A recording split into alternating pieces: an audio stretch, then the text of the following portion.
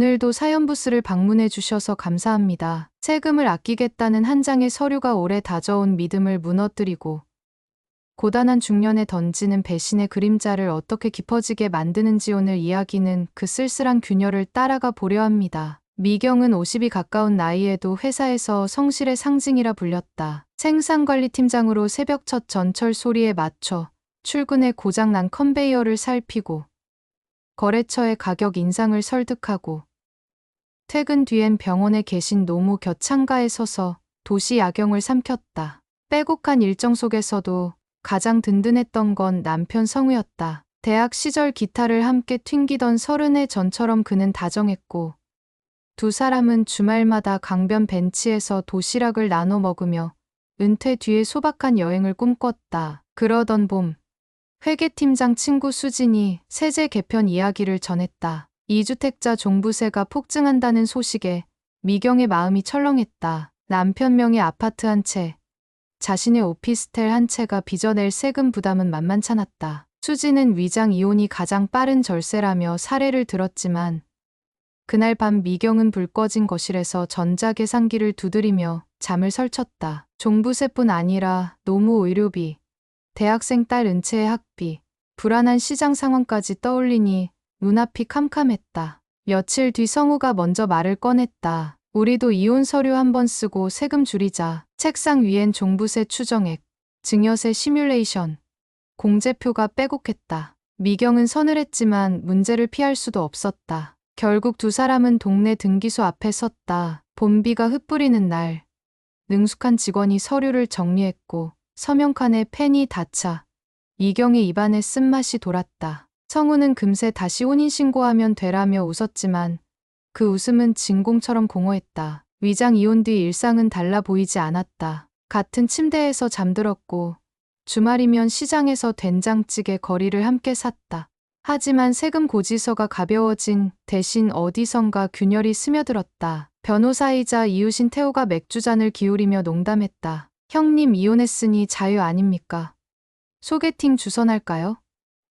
성우가 손사래를 쳤지만 웃음이 진심 같지 않아 미경의 속이 쓰렸다. 그날부터 성우의 잦은 야근과 회식, 골프 약속이 이어졌고 휴대전화는 늘 통화 중이었지만 미경은 이해하려 애썼다. 그러다 어느 밤 소파에 쓰러진 성우의 코트에서 꽃잎 장식이 달린 진주 목걸이가 떨어졌다. 상자 안쪽엔 당신의 새로운 시작을 응원합니다라는 카드가 있었다. 미경의 심장이 금속성 울림을 냈다. 요즘 많이 바빠. 물었을 때 성우는 눈을 피하며 좀만 더 고생하면 되라 했지만 목소리는 떨렸다. 다음 날 미경은 딸 방 책상에 앉아 예퇴계 노트를 펼쳤다. 숫자는 답을 주지 않았다. 대신 혹시 진짜 이혼이 되는 건 아닐까 하는 두려움이 스며들었다. 지하철 창에 비친 자신의 얼굴은 더 늙어 있었고 창의 손끝으로 우리는 아직 부부라 적었다가 지웠다. 회사는 분주했지만 불안은 커졌고 분기 회식 자리에서 동료가 전 부인도 오신다던데요? 나 귓속말하자 숟가락이 손에서 떨어졌다. 집으로 돌아온 미경은 성우의 통화 기록을 뒤졌다. 미확인 번호, 늦은 밤 긴 통화, 진주 목걸이, 태호의 농담. 성우의 떨리는 눈빛이 퍼즐처럼 맞춰졌다. 거실 시계 소리가 심장을 두드렸다. 위장 이혼은 서류일 뿐이라던 수진의 말이 메아리쳤지만 사람 마음의 금은 지워지지 않는다는 생각이 떠올랐다. 새벽 4시, 그녀는 서랍에서 스크랩북을 꺼냈다. 대학 시절 사진, 은채 첫돌 초대장, 성우의 손편지가 붙어 있었다. 내 사람, 내 전부라 쓰인 글씨가 찢겨나간 듯 어둡게 느껴졌다. 편지를 덮으며 미경은 속으로 다짐했다. 아직 확신은 없다. 확인하고 대화하고 고치자. 그러나 손끝이 떨렸다. 신처럼 믿었던 우리란 단어가 행정 기록에 불과했음을 깨달았다. 가족 사진 속 해맑은 웃음은 실은 서로 다른 온도였다. 액자를 떼어내 서랍에 넣으며 핸드폰 메모장에 적었다. 진짜 부부가 무엇인지 증명하기. 창밖이 서서히 밝아올 때 그녀는 코트 주머니에 목걸이 상자를 넣고 현관을 나섰다. 답을 구할 시간이었다. 미경은 새벽 공기를 가르며 출근길 대신 강남의 한 카페로 향했다. 목걸이 상자를 테이블 위에 올려두고 통화 기록 속 번호로 전화를 걸었다. 벨소리가 3번 울리자 밝은 목소리가 들렸다. 여보세요? 성우 씨. 순간 말이 막혀 전화를 끊었지만 상대의 젊은 억양이 귓가에서 진동처럼 남았다. 미경은 떨리는 손으로 메뉴판을 가리키며 아메리카노를 주문했으나 뜨거운 잔은 미처 입에 닿기도 전에 식었다. 창밖으로 출근 인파가 흐르는 동안 그녀는 처음으로 우리라는 단어의 경계선을 그렸다. 점심 무렵 회사에서 긴급 화상회의가 잡혔다. 신제품 라인을 중국 협력사가 일방적으로 계약 파기를 통보했다는 소식이었다. 팀원들의 표정이 굳었고 대표가 회의실 모니터에 얼굴을 비치며 국내 대체 공장을 알아보라고 지시했다. 미경은 즉시 거래처 리스트를 꺼냈지만 머릿속에는 성우의 행적이 둥둥 떠다녀 집중이 되지 않았다. 마우스를 쥔 손등에 핏대가 솟았다. 그날 오후 그녀는 일을 마치자마자 병원으로 향했다. 노모의 병실에는 딸 은채가 챙겨온 도시락 냄새가 퍼졌고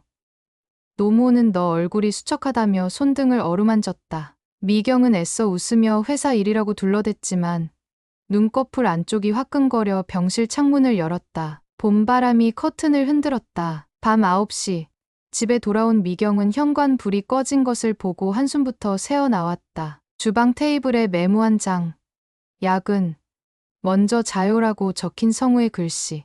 씻지도 않은 채 소파에 앉아 TV 리모컨을 만지작거리다. 결국 다시 목걸이 상자를 열었다. 상자 바닥에 작은 명함이 숨겨져 있었다. 화이트 코트 실내 골프 연습장. 지점장 경위. 미경은 가슴을 누르며 휴대전화로 주소를 검색했다. 연습장 위치는 성우 회사와 집 중간 지점. 어제도 그제도 그는 야근이라며 그 구역에 머물렀다. 다음 날 퇴근 후 미경은 직선거리 20분을 달려 그 연습장 앞에서 멈췄다. 유리병 너머 스크린 골프장에는 웃음소리가 가득했다. 연습복 차림의 성우가 클럽을 들고 자세를 잡았고 옆에서 경이라는 이름표를 단 젊은 여직원이 손목 각도를 교정해주며 등을 두드렸다. 공이 스크린을 향해 날아가는 순간 두 사람의 하이파이브가 이어졌다. 미경은 발걸음을 떼지 못했다. 뺨이 달아오르고 심장이 귓가까지 뛰었다. 문득 연습장 문이 열리며 성우가 휴대폰을 꺼내 통화하기 시작했다. 괜찮아. 조금만 더 연습하다 갈게. 집엔 늦었다고 전했어. 그 목소리는 미경이 알던 부드러운 톤이었으나 단어마다 책임 없는 설렘이 묻어 있었다. 그녀는 얼어붙은 채 숨을 삼켰다. 가짜 이온이 부른 자유를 그가 이렇게 즐기고 있었구나. 돌아서는 발끝이 무거웠다. 택시 뒷좌석에서 그녀는 창가에 머리를 기대고 과거 성우가 투병 중이던 장인 병원비를 위해 퇴직금 일부를 내놓던 장면을 떠올렸다. 성우는 그런 사람이 아니야 라며 스스로를 다독였지만 방금 본 장면이 모든 믿음을 반박했다. 새벽 2시 성우가 들어왔다. 미경은 불을 켜고 거실에 앉아 있었다. 그는 흠칫 놀라더니 회의가 길어졌어라고 말했다. 그녀가 상자를 밀어놓자 목걸이를 보며 얼굴색이 변했다. 선물이야. 당신 줄 변명 같은 설명이 이어졌지만 미경은 끊었다. 경희 지점장, 소개팅 주선받았나?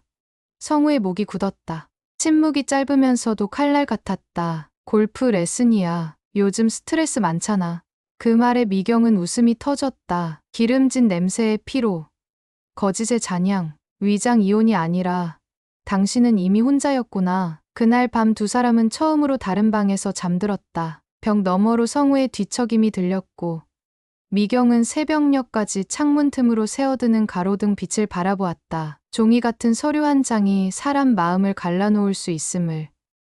그리고 그 갈라진 틈을 타고 들어온 낯선 설렘이 얼마나 빨리 가정을 좀먹는지 깨달았다. 아침이 밝자마자 은채에게서 메시지가 왔다. 엄마, 아빠랑 어제 카페에서 본 사람 얘기 SNS에 떠. 아빠 손잡고 사진 찍힌 것 같아. 미경은 전동 치간 칫솔 버튼을 끄듯 마음을 꺼버렸다. 회사에선 중국 협력사 대체 공장 후보가 취소되었다는 소식까지 더해졌다. 모든 것이 무너지는 듯했으나 그녀는 회계 자료를 챙겨 대표에게 직접 대한 보고서를 제시했다. 자신이 무너지면 팀도 무너진다는 것을 알았기 때문이다. 퇴근 후 집에 돌아오자 거실 테이블 위에 도톰한 서류 봉투가 있었다. 성우가 반쯤 울먹인 얼굴로 이혼 서류 다시 쓰자고 말했다. 진짜로. 이번엔 법적으로도 끝내자. 미경은 봉투를 쳐다보았다. 한때 사랑을 증명하던 도장이 이제 끝을 찍으려 했다. 그녀는 봉투를 들고 방으로 들어가 문을 닫았다. 어깨가 떨렸다. 하지만 눈물 대신 깊은 숨이 나왔다. 갈등의 시작이란 말이 귓가를 울렸다. 아직 끝이 아니다. 이제야 비로소 시작이다. 미경은 거실에 덩그러니 남은 서류 봉투를 하얀 불씨처럼 바라보다 결국 다시 고무줄로 묶어 책장 깊숙이 밀어 넣었다. 잠시라도 종이의 질감을 잊고 싶었으나 퇴근길마다 머릿속에서 서류 장수가 넘겨지는 소리가 났다. 회사에서는 대체 공장 물색이 난항이었고 중국 측은 위약금을 요구하며 납기 지연 손해배상까지 요란하게 논의했다. 대표가 이 상태면 반년 뒤 존폐를 고민해야 할 수도 있다라고 웅얼거리자 직원들의 어깨가 동시에 내려앉았다. 미경은 팀장 회의에서 거래처 알사와의 신공정 시험 성적서를 제시해 국내 단가 인상을 설득할 수 있다고 주장했지만 일부 팀장은 리스크가 크다라며 반대했다. 그때 머릿속을 스치던 것은 서류 봉투가 아닌 성우의 주머니에서 흘러나온 목걸이였다. 회사도 가정도 균열이었지만 무엇부터 틀어막아야 할지 가늠이 서지 않았다. 퇴근 후에는 노모가 있는 병원으로 직행했다. 산소포와도 경보음이 낮게 울릴 때마다 노모의 손등 혈관이 더 가늘어져 가는 듯했지만 노모는 딸의 손을 꼭 잡고 가족끼리 싸우면 안 된다라는 예전 잔소리를 되풀이했다. 미경은 아무것도 걱정 마세요라는 말을 꺼내기도 전에 눈물이 가득 차올라 손등을 어루만지며 고개만 끄덕였다. 겨우 병원 복도를 나섰을 때 잘 다물었다고 생각했던 감정 구멍에서 흐느낌이 새어나왔다. 그녀는 병원 앞 자판기에서 뜨거운 캔커피를 뽑아 손바닥에 온기를 대고서야 울음을 삼킬 수 있었다. 집에 돌아오니 성우가 식탁에 앉아 노트북 화면을 바라보고 있었다. 모니터 속은 신도시 분양 설명 페이지였다. 미경이 코트를 벗으며 이제 부동산까지라 묻자 성우는 쿨하게 웃으며 투자라기보다 새로운 보금자리라고 답했다. 말끝마다 새로움이란 단어를 강조하는 그에게 미경은 우린 가짜로 이혼했어도 여전히 부부라며 눈을 맞췄지만 성우는 고개를 돌리고 이미 서류상 남인이 집도 나누자는 게 맞잖아라고 냉정히 잘라냈다. 순간 분할이란 낱말이 가슴을 찌르고 지나가 미경은 숨을 들이켰다. 성우는 이어 노모 병원비, 딸 학비 부담도 이해하지만 날 붙잡으면 더 힘들어질 뿐이라고 덧붙였다. 그 논리는 계산기처럼 간결했으나 미경의 머릿속에서는 30년 추억이 덤불처럼 얽히며 전혀 단순해지지 않았다. 그날 밤 은채가 전화해왔다. SNS에 아빠 사진 또 올라왔어. 팔짱 끼고 있던데 댓글이 두 분 잘 어울린다래. 딸 목소리는 오락가락 떨렸고 미경은 삭제될 거야 라고 겨우 다독였다. 그러나 통화가 끝난 뒤 휴대폰 화면을 열어보니 실시간 검색에 성우의 이름이 서서히 떠오르고 있었다. 업계 중소기업 간부가 젊은 사업가와 열애라는 자극적인 제목의 가십 기사였다. 기사 말미에는 최근 위장 이혼했다는 소문이라는 낚시성 문장이 적혀 있어 이경의 심장을 후벼 팠다. 다음 날 회사 회계팀장 수진이 밀폐된 사무실 안으로 미경을 불렀다. 성우 씨가 오피스텔 지분을 처분하고 매각 대금 일부를 경이라는 사람 명의 계좌로 보냈다더라. 미경이 놀라 묻기도 전에 수진은 내가 실거주 조건으로 갖고 있던 오피스텔이 비거주로 전환되면 세금 혜택까지 날아간다고 덧붙였다. 미경의 머릿속 계산기는 삐걱거리며 멈춰섰다. 위장 이혼으로 세금을 줄이려던 계획이 오히려 추가 과세 폭탄으로 돌아올 가능성이 커졌기 때문이다. 그녀는 차트와 계약서를 쥔 손에 힘을 주며 속으로 읊조렸다. 배신뿐 아니라 빚까지 떠안으라는 건가. 퇴근길 미경은 손목시계를 보며 곧장 화이트코트 연습장으로 향했다. 유리병 너머 성우와 경희가 나란히 앉아 샴페인을 들고 웃고 있었다. 경희는 노모 병원비까지 책임질 필요 없죠. 그쪽 부모님도 아니잖아요 라는 말을 내뱉어 미경의 귀가 아닌 입모양으로도 뚜렷이 읽혔다. 성우는 커다란 잔을 부딪히며 새 삶을 위해 이미 다 정리 중이야라고 답했다. 심장이 얼음처럼 굳었지만 미경은 문을 열어젖히고 조용히 걸어 들어갔다. 성우가 무색해하며 왜 여기까지 왔어? 라 묻자 그녀는 잔잔히 병원비를 남이라 생각하며 건배하니 맛있어? 라고 되받았다. 경희가 자리에서 일어나려 했지만 미경은 시선을 고정한 채 난 서류만 돌려놓으면 다시 내 남편이라 믿었어. 그런데 당신은 서류를 칼날로 쓰려 하네라고 낮게 말했다. 울분보다 담담함이 더 날카롭다는 것을 그녀는 처음 깨달았다. 집으로 돌아온 뒤 성우는 짐을 싸듯 캐리어를 꺼냈다. 옷을 개며 어차피 함께 살려던 건 세금 때문이었잖아라며 자기 합리화를 내세웠다. 미경은 서랍에서 대학 시절 통기타와 함께 찍은 사진 한 장을 꺼내 테이블에 놨다. 저 사진 속 우리도 세금 때문이었나? 라고 묻자 성우는 잠시 주저하다 그땐 사랑했지만 지금은 아니야 라고 잘라 말했다. 그 한마디가 방안을 깊게 갈랐다. 바닥에 들이운 두 그림자 중 어느 것이 진짜인지 분간할 수 없었다. 캐리어 지퍼 소리가 폭탄 신관처럼 귀에 남았다. 성우가 집을 나선 뒤 딸 은채가 울면서 들어왔다. 엄마, 학교 친구들이 기사 봤어. 창피해서 강의실도 못 들어갔어. 미경은 딸의 머리를 안고 흔들리는 어깨를 맞췄다. 은채는 아빠랑 이혼한 거 세금 때문이라더니 지금은 정말 이혼이래? 라고 캔버스처럼 빈 공포를 내보였다. 미경은 엄마가 끝까지 책임질 테니 걱정 말아라고 속삭였지만 그 책임이 무엇인지 자신도 불투명했다. 은채는 엄마, 우리 어디 가도 돼. 엄마만 믿을 거야 라며 눈물을 닦았다. 새벽녘, 미경은 다시 회사로 향했다. 사무동 불 꺼진 회의실에서 스프레드시트를 띄워 국내 공장 대체 라인을 재검토했다. 평택의 소량 생산 라인, 오산의 자동화 라인이 떠오르는 동안 그녀는 위기일수록 숫자와 현실을 잡아당겨야 한다고 여겼다.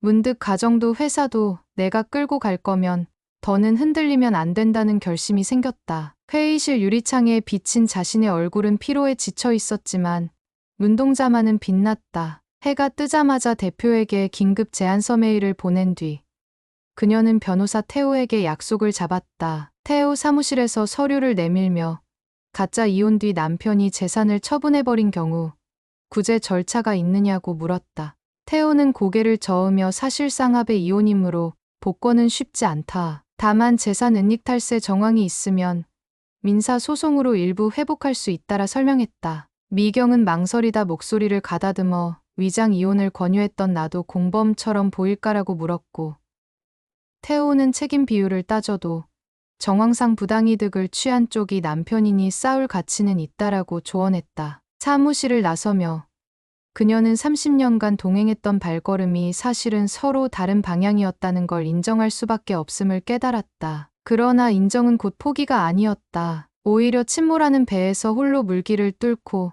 나갈 방법을 찾게 만들었다. 그녀는 은채에게 메시지를 보냈다. 오늘 저녁 너랑 할 얘기 있어. 우리 셋 말고 넷이 될지도. 딸의 답은 짧았다. 믿고 갈게. 미경은 하늘을 올려다봤다. 잿빛 구름 사이로 봄 햇살이 얇게 내려앉았다. 파탄의 그림자가 짙어지지만 그늘 아래에서 꺼지지 않는 희미한 빛을 찾아야 한다는 본능이 심장을 두드렸다. 이제 싸움은 더 깊어질 것이고 그녀는 그 심연을 멈춤 없이 내려가야 했다. 저녁이 되자 미경은 은채를 데리고 근처 순댓국집 구석 자리로 들어갔다. 딸은 국물이 끓는 냄비를 바라보다 학교에서 아빠 기사 얘기만 해 친구들이 장난처럼 물어보는데 진짜 싫어라고 속삭였다. 미경은 숟가락을 내려놓고 딸의 손등을 덮었다. 엄마가 바로잡을 거야. 대신 우리 둘만의 약속이 있어. 앞으로 어떤 소문이 떠도 진실보다 서로를 먼저 믿는 거야. 은채는 눈가가 시뻘개지며 고개를 끄덕였고 끓어오른 사골 국물처럼 미경의 가슴도 뜨거워졌다. 그 순간 그녀는 깨달았다. 자신이 지켜야 할 건 무너진 부부 사이가 아니라 함께 울고 웃을 존재 그 자체라는 것을. 집으로 돌아온 뒤 미경은 거실 불을 켜지 않은 채 서류 봉투를 꺼내 펼쳤다. 위장 이혼 신고서, 주민등록등본, 두 사람이 공동 명의로 묶어둔 통장 내역, 그리고 성우가 일방적으로 변경한 자동이체 설정 변경서가 뒤섞여 있었다. 그녀는 고무줄을 끊어 서류를 날짜 순으로 다시 정리하며 빼곡한 숫자와 도장이 찍힌 자리에 형광펜으로 메모를 달았다. 이혼 의도 부재, 탈세 재산 은닉 동기, 이혼 후 금전 흐름. 이 메모들은 단순한 기록이 아니라 감정의 스냅샷이었다. 서름과 분노가 아니라 낱낱의 근거로 무장된 각성. 다음 날 이른 아침, 미경은 노모 병실 커튼을 열었다. 창문 밖으로 4층 높이의 벚나무가 연분홍 꽃망울을 틔우고 있었다. 노모는 산소 마스크 너머로 너 힘들어도 울지 말고 다 풀어라라며 손가락을 접어 미경의 눈물을 닦았다. 미경은 손을 꼭 잡고 엄마도 힘드시잖아요라 했지만 노모는 이 나이가 되면 슬픔도 삶의 한 부분이라 생각하게 된다. 넌 더 크게 웃으려고 울어야 해라 속삭였다. 미경은 목을대를 넘어오는 뜨거움을 삼키며 그 말이 무너져 내린 마음의 작은 기둥처럼 박히는 걸 느꼈다. 회사에 도착하자 대표가 호출했다. 중국 계약 위약금만 30억 원에 달했고 은행이 신용도 하락을 이유로 신규 대출을 거절했다는 보고가 올라왔다. 미경은 서류 더미를 살피며 국내 오산 공장의 자동화 라인이 이달 말까지 시운전 가능하니 중형 물량이라면 손해를 40%로 줄일 수 있다는 계산표를 내밀었다. 대표는 회의실을 돌며 반대 의견을 듣더니 슬쩍 미경을 바라봤다. 팀장님, 그 책임 감당할 수 있겠습니까? 미경은 고개를 끄덕였다. 가정이든 회사든 엎어지는 건 한순간이지만 다시 세우는 것도 사람입니다. 회의실이 잠시 정적에 잠겼다. 동료들은 그녀의 표정에서 흔들리지 않는 결의를 읽었고 마침내 대표가 이번 위기 책임 팀장을 맡아주십시오라 선언했다. 점심시간, 미경은 자판기 앞에서 오랜만에 수진과 마주쳤다. 수진은 종이컵을 건네며 변호사 태호에게 들었어. 소송 준비한다며? 하고 물었다. 미경은 더 이상 두려워할수록 잃기만 하더라. 오히려 움직이니 살겠어라 답했다. 수진은 이 일만 끝나면 산으로라도 여행 가자고 손가락을 걸었고 두 사람은 잔잔히 웃었다. 그 웃음은 과중한 서류와 벚꽃 잎 사이를 비집고 들어온 작은 봄바람 같았다. 퇴근 무렵 성우에게서 메시지가 도착했다. 이따 집 들러 짐 몇 개 더 가져갈 거야. 미경은 답을 하지 않았다. 대신 거실 책장 맨 윗칸에 있는 여행 사진집을 꺼냈다. 오래전 성우와 자전거 여행에서 찍은 사진이 펼쳐졌다. 돗자리에 앉아 라면을 끓이던 두 사람의 눈빛은 지금의 이별보다 훨씬 날카로운 현실을 견딜 수 없을 만큼 순진했다. 미경은 사진 속 웃음이 불편하다는 걸 처음 느꼈다. 그 웃음이 현재의 상처를 더 도드라지게 만들고 있었기 때문이다. 그녀는 사진을 덮고 속으로 중얼거렸다. 이젠 과거로 살 수 없어. 밤늦게 성우가 들어왔다. 캐리어에 옷가지와 책 몇 권을 넣으면서도 휴대폰은 쉬지 않고 울렸다. 경희의 이름이 화면에 떴다 사라졌다. 미경은 식탁 의자에 앉아 오피스텔 대금 경희한테 송금했더라. 국세청에서 통장 추적하면 바로 들킬 거야라 말했다. 성우는 합법적 이혼이니 자유롭게 써도 되라며 웃었지만 그 웃음 끝이 떨렸다. 합법. 국세청은 탈세 정황이 있으면 이혼 여부 따지지 않아. 네가 날 버리려다 오히려 모든 혐의 뒤집었을 수도 있어. 미경이 차분히 내뱉자 성우의 얼굴이 하얗게 질렸다. 잠시 뒤 그는 변호사 선임했어. 전부 합의로 끝낼 거야 라고 소리쳤지만 미경은 소리 높인다고 진실이 바뀌진 않아라고 응수했다. 그 순간 그들의 대화는 지난 30년 줄곧 쌓인 먼지를 털어내듯 날카로운 진동을 남겼다. 성우가 캄캄한 밤거리로 캐리어를 끌고 떠나자 집 안은 적막했다. 하지만 미경은 종이 위 작게 적은 리스트를 확인하며 깊은 숨을 내쉬었다. 노모 병원 이전 계획, 은퇴 휴학 여부 검토, 회사 위기관리 일정, 재산 환수 소송 단계, 세무서 고발장 제출. 이 5줄 사이에 나 자신의 삶이라는 6번째 줄을 써넣자 종이가 묘하게 따뜻해졌다. 다음 날 이른 아침, 미경은 세무서 민원실로 들어갔다. 공익신고를 접수하려면 친족 관련 조사를 면책받는 조건을 검토해야 했다. 담당 조사관은 탈세 제보는 익명 가능하지만 추진 과정에서 관계가 드러날 수 있다며 각서를 내밀었다. 미경은 펜을 들고 생각했다. 이 싸움은 과거의 남편을 벌주기 위함이 아니라 자신과 딸의 미래에서 불안을 걷어내기 위함이었다. 그녀는 흔들림 없이 서명했다. 세무서를 나와 바로 변호사 태호 사무실로 향했다. 태호는 언론 기사와 경희 씨 SNS 사진, 그리고 계좌 내역이면 재산분할 청구에 충분하다고 말했다. 미경은 더는 연민도 원망도 남지 않았어. 다만 내가 내 삶을 계속 갖고 갈 권리를 찾고 싶어라 답했다. 태호는 미소 지으며 권리라는 말 참 좋다고 했다. 미경은 계약서를 받고 사무실 문을 나섰다.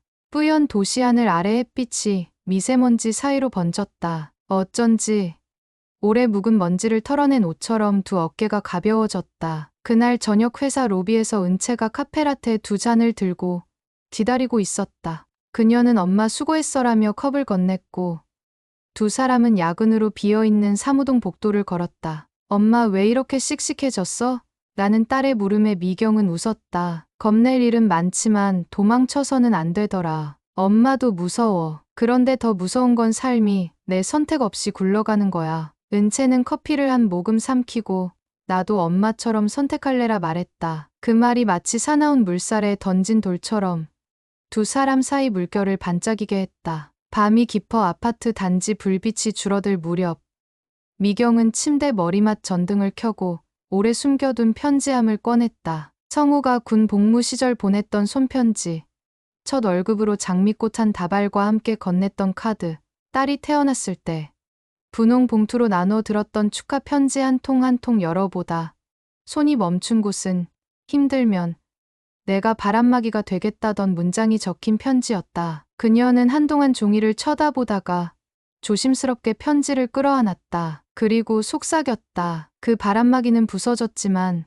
나는 아직 내가 쉴 그늘을 만들 수 있어. 새벽 2시 휴대폰이 진동했다. 국세청 조사관이었다. 제보 내용과 계좌 흐름, 언론 보도 사실관계가 일치합니다. 추가 자료 요청드리겠습니다. 짧은 통화를 끝낸 미경은 잠시 숨을 골랐다. 그 뒤 창가로 다가가 서서히 밝아오는 동력을 바라봤다. 붉은 기운이 도시에 번질 때마다 그녀의 심장도 작게, 하지만 분명히 박동했다. 길고 어두운 터널을 걷는 기분이었지만 출구 쪽에서는 이미 미약한 아침이 스미고 있었다. 그녀는 다시 책상에 앉아 회사 위기 대응 일정표를 업데이트했다. 오산 공장 시운전 일정을 D십으로 표시하고 팀원별 책임 구간을 재배분했다. 그 밑에 연필로 작은 별표를 그려넣고 적었다. 끝까지 가보자. 별 곁에는 아무도 읽지 못할 작고 반듯한 글씨로 또 다른 메모가 쓰였다. 두려움보다 오래가는 건 의지, 그리고 사랑. 사랑이란 단어를 적는 순간 가슴속 어딘가에서 오랜만에 미세한 떨림이 일었다. 그것은 성우를 향한 미련이 아니라 자기 자신을 향한 다짐이었다. 창밖 하늘이 흰빛으로 물들 무렵 미경은 일어나 거울 앞에 섰다. 거울 속 그녀의 얼굴은 초췌했지만 눈동자는 바짝 맑았다. 잘했어.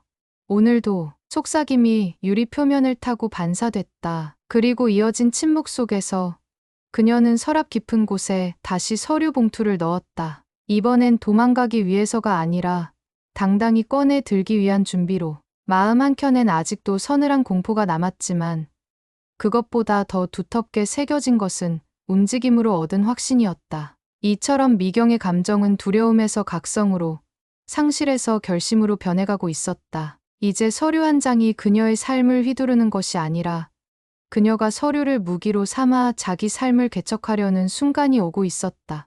그리고 그 변화는 자기 자신뿐 아니라 딸, 노모, 나아가 동료들에게까지 잔잔히 번져가며 낡은 관계의 무너진 자리마다 새로운 싹을 틔우고 있었다. 오산 공장의 시운전 날, 새벽 공기에는 엔진 오일 냄새와 금속이 비벼지는 소리가 묻어 있었다. 미경은 안전모를 눌러쓰고 컨베이어 옆을 따라 걸으며 각종 센서 값을 노트에 받아 적었다. 피곤이 목덜미에 엉겨 있었지만 동료 기사 종현이 팀장님, 예상 오차율 1.8%면 거의 완벽인데요라 속삭이자 그녀의 어깨가 조용히 풀렸다. 모니터에 찍힌 첫 불량률이 목표치보다 낮자 현장에선 작은 환호가 일었다. 미경은 포획된 숨을 길게 내쉬며 속으로 이제 한 고비라 말했다. 이쯤에서야 머릿속을 짓누르던 감정의 얼음이 조금 녹는 듯했다. 시운전이 끝나고 회의를 마친 뒤 대표는 구내식당 배식줄에서 미경을 찾아와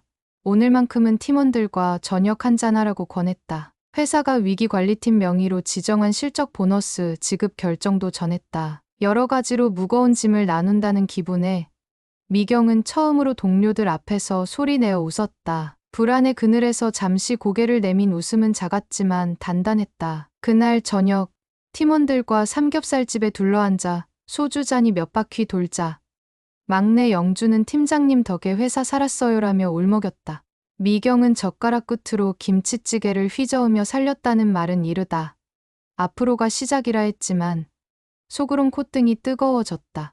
사람들 사이로 올라오는 고기 냄새와 연기가 섞여 지난날 무너져 내릴 듯 흔들리던 마음이 은근히 달궈졌다. 술 기운이 살짝 올라올 무렵 수진이 머그컵에 물을 따라주며 소송 진행도 차근차근 돼 가더라.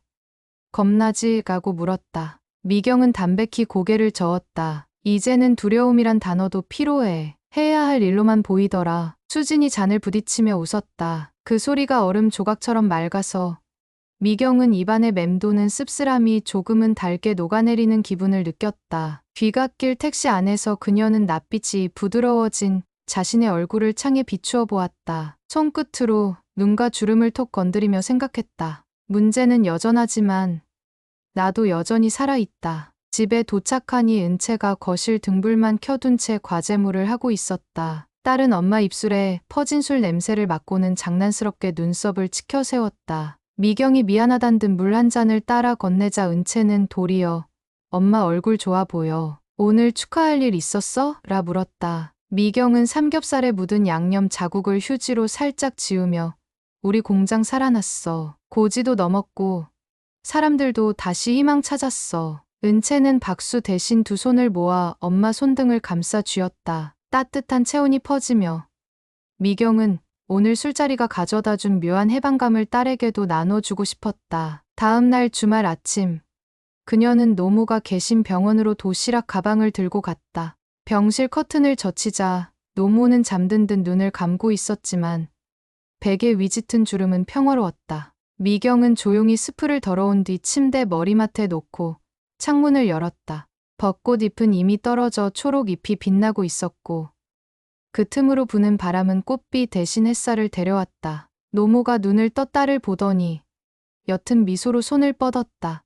이번엔 울지 않았구나. 미경은 눈가가 시큰했지만 고개를 저으며 울 대신 웃으러 왔죠라고 속삭였다. 바람결에 커튼이 한 차례 일고 병실 공기가 포근해졌다. 점심 무렵 병원을 나서는 길.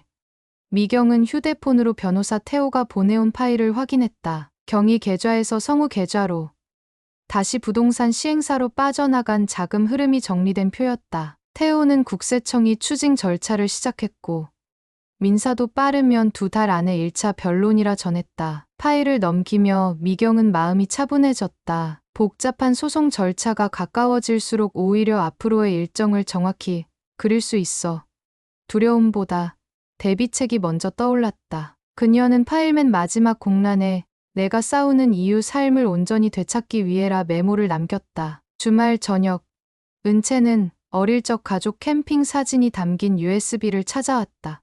노트북 화면에 비친 14살 은채, 30대 초반의 미경과 성우가 강가에서 불꽃놀이를 하던 장면이었다. 은채가 추억은 추억으로 두자라며 새 폴더에 과거라 이름 붙인 뒤 사진을 옮겨 담았다. 미경은 딸의 손길을 바라보다 과거라고 해서 버릴 필요는 없어라 했지만 은채는 그냥 잘 접어두자는 거야 라며 엄지손가락으로 가볍게 폴더를 탭했다. 그 동작이 무성한 감정을 가지런히 접어 책꽂이에 꽂는 것처럼 느껴져 미경도 모르게 가슴이 뭉클했다. 월요일 아침 회사에서 첫 월간 실적 보고가 나왔다. 오산 공장 전환 후 생산량 75% 회복, 수익률은 기존 대비 62% 수준이었지만 손실 규모는 빠르게 줄어들고 있었다. 대표는 회의실에서 6월 말까지 90% 회복선 넘기면 은행도 신용등급 재평가에 긍정적 사인을 줄 거다라 말했다.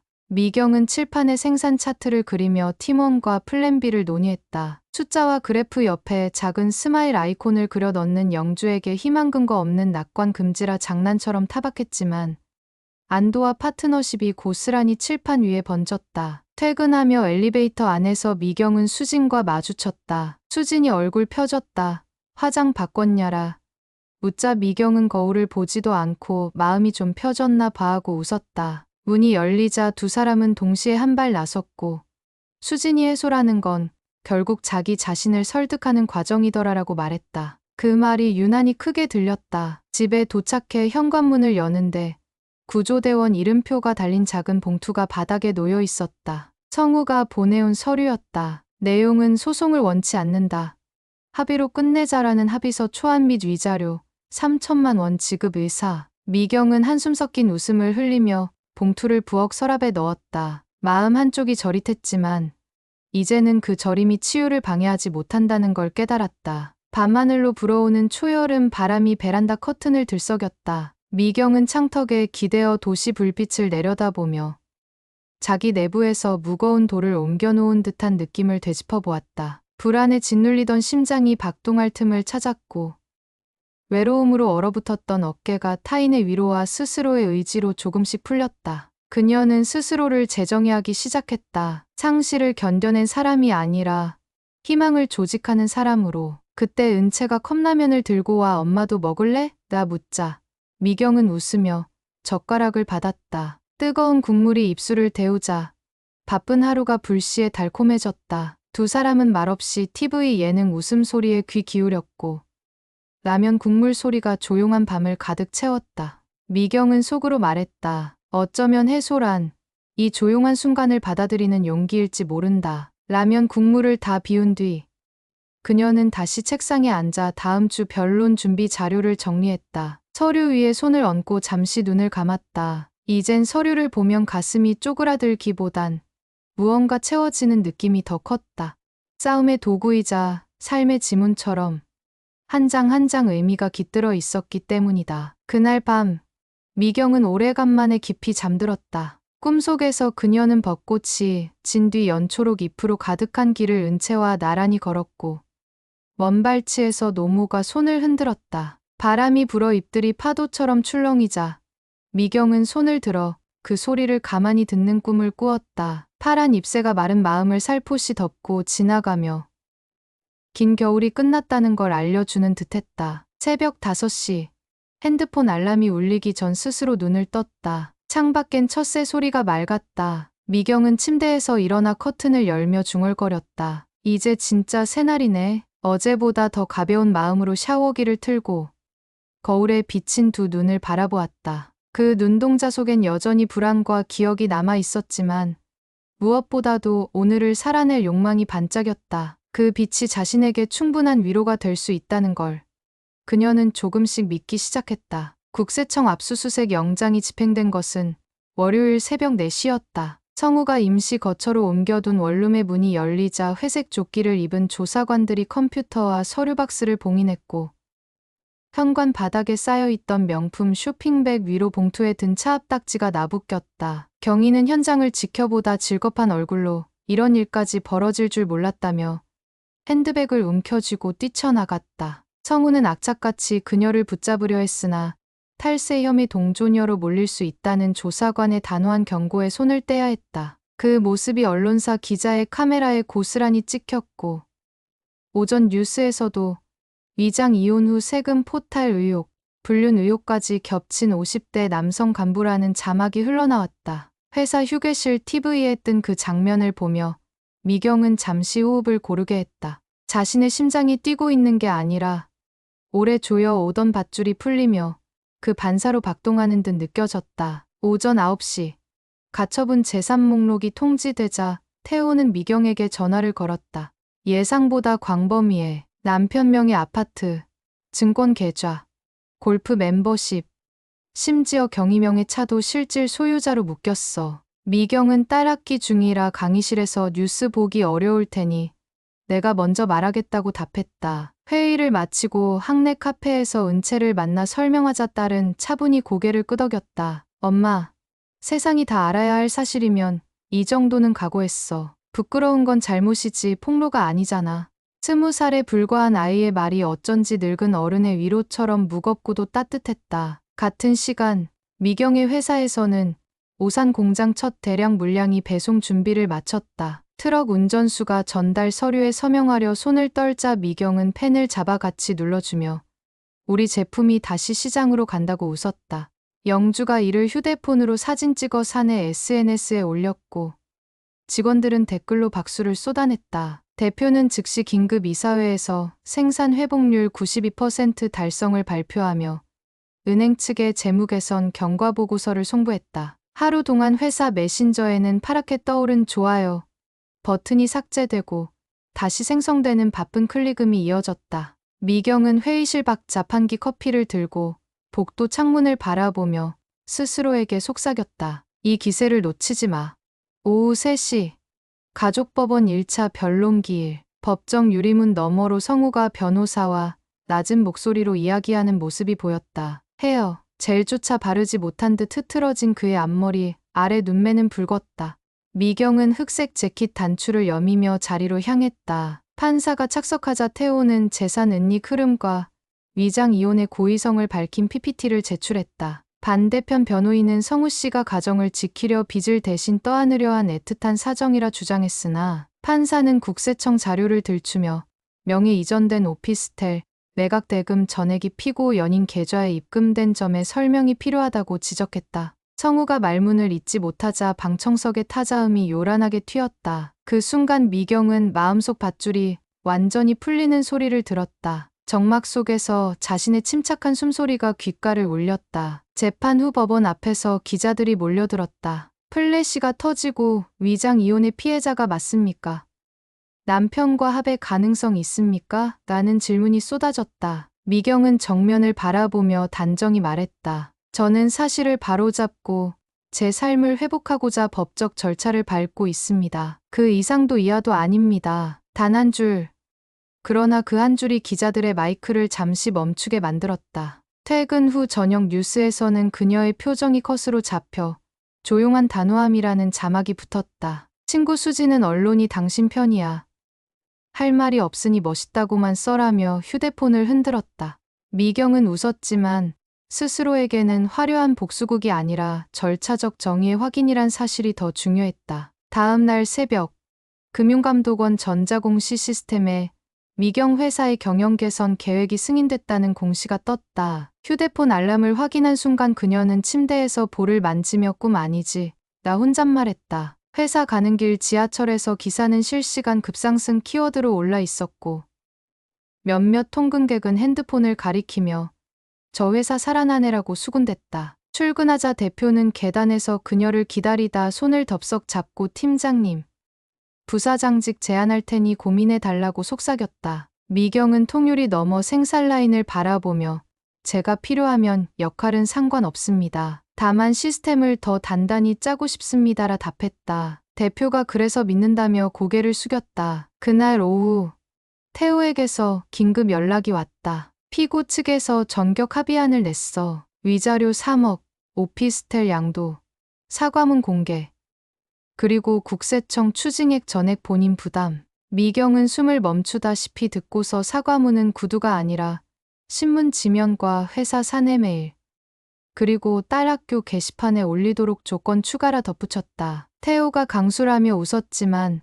미경은 조용히 말했다. 나를 위한 게 아니라 딸의 불편한 시선을 걷어내려면 적어도 공식적이어야 해. 저녁 무렵 성우가 찾아왔다. 회사 근처 카페 야외 좌석. 그는 바람에 흔들리는 종이컵 뚜껑을 쥐고 떨리는 목소리로 말했다. 미경아, 다 잃었다. 경희도 떠났고 빈손이야. 그토록 원망스러우면 그냥 벌 주고 끝내자. 그런데 우리 정말 끝이야? 미경은 깊게 숨을 들이쉬고 조용히 대답했다. 끝내자. 다만 내 벌은 내가 주는 게 아니야. 내가 만든 선택지가 줄 거야. 성우는 울컥했지만 말을 잇지 못했다. 그녀가 일어서자 그는 급히 팔을 뻗었지만 손끝은 허공을 붙잡았다. 미경은 돌아보지 않고 걸어갔다. 무너지는 낙엽처럼 작은 소리가 뒤에서 났지만 그녀의 발걸음은 멈추지 않았다. 밤하늘에는 흐린 달이 떠 있었고 미경은 집으로 돌아오며 번화가 대형 스크린에 비친 자신의 뉴스 인터뷰 장면을 스쳐봤다. 밝은 네온 아래 자신이 처음 보듯 낯설었다. 하지만 낯설은 두려움이 아니라 성장의 표식처럼 다가왔다. 집 앞 공원 벤치에 잠시 앉아 휴대폰을 손에 올려두고 노모에게 전화를 걸었다. 노모는 산소 마스크 너머 낮게 웃으며 고생 많았다. 복잡해도 너 웃는 거 보니 마음이 한결 나아라 말했다. 미경은 하늘을 올려다보며 한참 음성을 듣다가 엄마, 이제 그늘보단 해 쪽으로 걸어가 볼게라고 속삭였다. 그 주 금요일 회사 직원회식 자리에서 대표가 공식 발표했다. 이번 위기를 주도적으로 해결한 공로를 인정해 생산본부장으로 승진시킨다. 직원들은 박수쳤고 미경은 자리에서 일어나 혼자가 아니라 우리 모두의 공이라며 잔을 들어 올렸다. 영주는 팀장님 아니 이제 본부장님. 그 말 안 하시면 서운해요라며 윙크했다. 잔이 부딪히는 소리가 한층 경쾌했다. 그 소리 속에서 미경은 놀라울 만큼 담담했다. 기쁨은 컸지만 복수나 과시가 아닌 견고한 책임감이 자리를 잡고 있었다.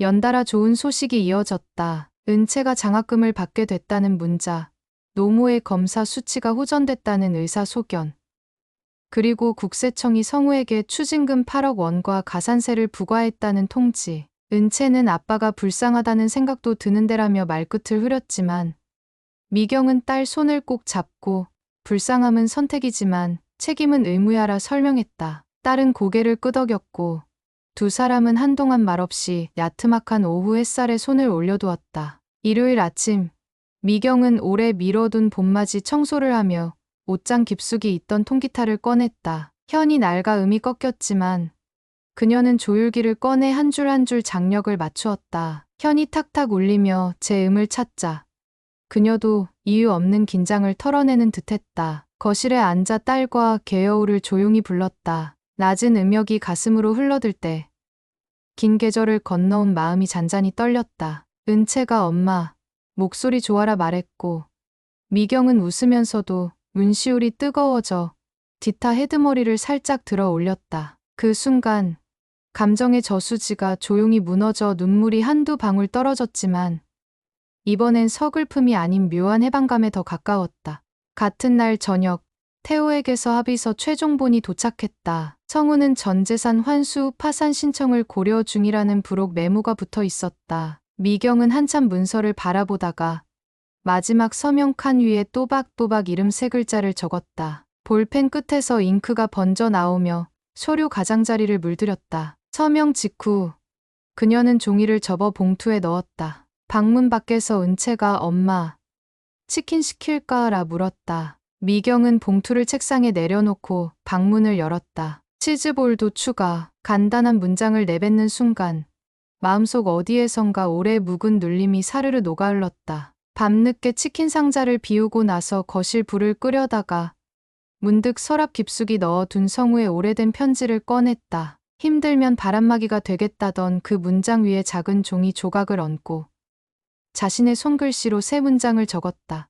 내 삶의 바람막이는 내가 세운다. 그 종이를 접어 꽃집 모양으로 오려 편지와 함께 투명한 봉투에 넣고 상자를 봉인했다. 내일 아침 쓰레기 분리수거함에 넣을 생각으로 현관 앞에 내려두는 찰나 마음이 이상하리만치 가볍다는 걸 깨달았다. 창밖으로 새벽 공기가 들어왔다. 어두운 하늘 한켠에 첫 별이 반짝였고 미경은 그 빛을 바라보며 속으로 속삭였다. 내가 남긴 그림자는 내가 말했다고 해서 사라지는 게 아니지만 내가 걸어 나갈수록 멀어진다. 거실 시계가 새벽 2시를 알렸다. 그녀는 전등을 끄고 한 발 물러선 거울 속 자신에게 짧은 인사를 건넸다. 수고했다. 그날 새벽 잠들기 전 베개 아래에서 휴대폰이 진동했다. 태호였다.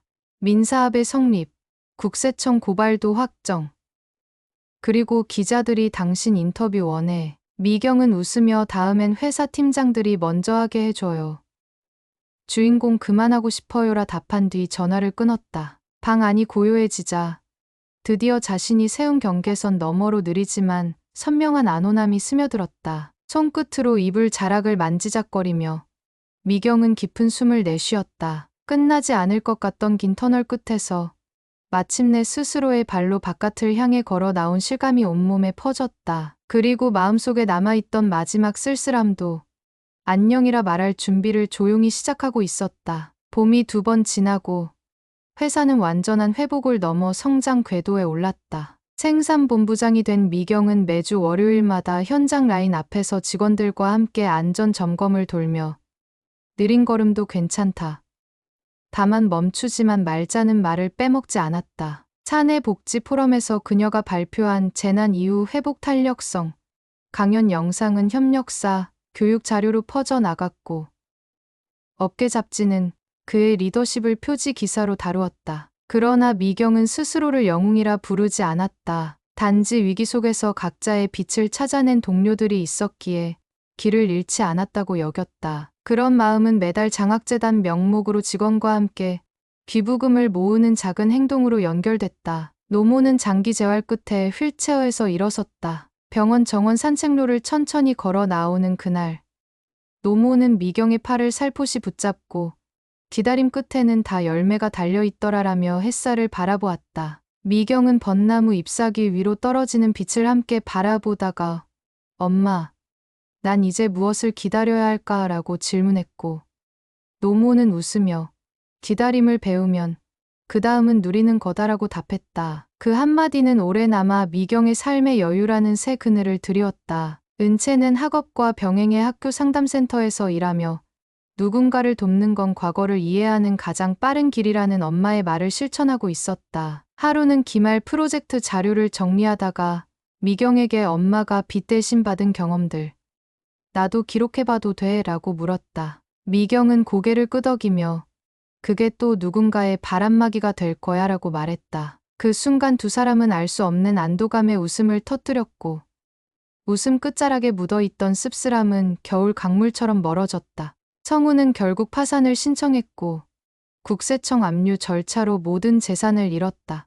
지방의 작은 임대주택으로 옮긴 뒤 그는 미경 앞으로 장문의 편지를 보냈다. 나는 아무것도 남지 않았을 때 비로소 인간다운 삶이 시작된다는 걸 알았다. 이제야 가족을 잃은 무게가 내 발목을 모두 부수었다. 후회가 후회 자체로 끝나지 않길 바란다. 종이 끝에는 딸 은채에게 전할 수 있는 기회를 달라는 조심스러운 부탁이 있었다. 미경은 글씨를 오래 바라보다 편지 뒷면에 짧은 답장을 썼다. 회복은 각자의 목, 책임도 각자의 모. 건강히 사십시오. 봉투를 접어 우체통에 넣을 때 그녀는 눈물이 아니라 고요한 바람을 느꼈다. 미움과 연민이 모두 지나간 자리에는 선택을 존중한다는 담백한 체념만 남았다. 여름이 오기 전 토요일, 미경은 회사 포상휴가를 받아 노모와 은채, 그리고 동료 수진을 초대해 동해 바닷가로 향했다. 아침 해무가 걷히며 드러난 수평선은 유리처럼 투명했다. 모래사장에 돗자리를 펴고 앉아 미경은 통기타를 꺼냈다. 현을 살짝 퉁겨 외로워도 슬퍼도 나는 안 울어라 속삭이자 노모와 은채가 미소로 화답했고 수지는 박수 대신 파도 소리에 장단을 맞췄다. 그 순간 미경은 깨달았다. 파탄도 배신도 지나가면 파도 한 줄기처럼 부서져 사라지고 삶은 다시 새 음계를 얹어 노래가 되어준다는 것을. 해질 무렵 붉게 물든 수면의 석양이 흔들렸다. 미경은 모래 위에 짧은 문장을 손가락으로 적어 내려갔다. 잘 버텼다. 잘 살아낸다. 파도가 밀려와 글씨를 지웠지만 그녀는 개의치 않고 다시 적었다. 다음엔 더 웃을 것이다. 글씨가 또다시 지워져도 이번엔 가만히 두었다. 사라져도 흔적은 마음에 새겨졌으니 굳이 바다와 다투지 않기로 했다. 돌아오는 길, 고속도로 휴게소에서 먹던 어묵 국물 맛이 뜻밖의 위로가 되었다. 미경은 종이컵을 두 손으로 감싸며 생각했다. 위장은 견고하게 부서졌고 위기 회피는 진짜 이혼과 파산으로 귀결되었지만 그 잔해 속에서 건져 올린 것은 불신이 아니라 생존 본능, 절망이 아니라 희망 관리 기술이었다. 그런 의미에서 파탄은 종착지가 아닌 통과이래였고 배신은 삶을 새로 설계하게 만드는 야속하지만 유능한 엔지니어였다. 그리고 그녀는 그 과정에서 단단해진 뼈를 얻었다. 집 현관에 들어서며 은채가 외쳤다. 엄마, 우리 내년엔 유럽 배낭여행 가자. 미경은 운동화를 벗으며 웃었다. 회사 결산부터 통과하면 둘은 약속이나 한 듯 서로를 바라보며 주먹을 부딪혔다. 계절이 몇 번 바뀌어도 두려움과 변수가 다시 들이닥쳐도 그 주먹 악수 하나면 충분히 시작할 수 있으리라 믿어 의심치 않았다. 밤이 깊어 모두 잠든 뒤 미경은 베란다에 나와 차가운 공기를 들이마셨다. 도시 불빛 사이로 별 하나가 깜빡였고 그 아래에서 그녀는 속삭였다. 내일도 파도는 오겠지만 나는 이미 수영법을 배웠다. 가볍게 웃으며 문을 닫자 거실 어둠이 포근하게 어깨를 감쌌다. 달라진 현실 속에서도 다시 맞이할 아침을 환영할 준비가 되어 있음을 그녀는 마음 한가운데 새기며 눈을 감았다. 길었던 이야기는 그렇게 숨을 고르고 또 다른 이야기의 서막으로 조용히 걸음을 옮겼다. 오늘도 사연부스를 끝까지 함께해 주신 여러분, 함께 걸어주셔서 고맙습니다. 우리의 삶은 때로 예상치 못한 검은 파도에 휩쓸리지만 그 파도 속에서 건져 올린 단단한 마음이 결국 우리를 다음 해안으로 데려다 줍니다. 사랑과 책임, 용기와 성찰이 엮여 만든 오늘의 사연 이야기가 여러분 각자의 삶의 작은 등대불이 되길 바랍니다. 다음 시간에도 사연부스는 여러분 곁에서 따뜻한 이야기로 마음의 파도를 잔잔히 달래드리겠습니다. 감사합니다.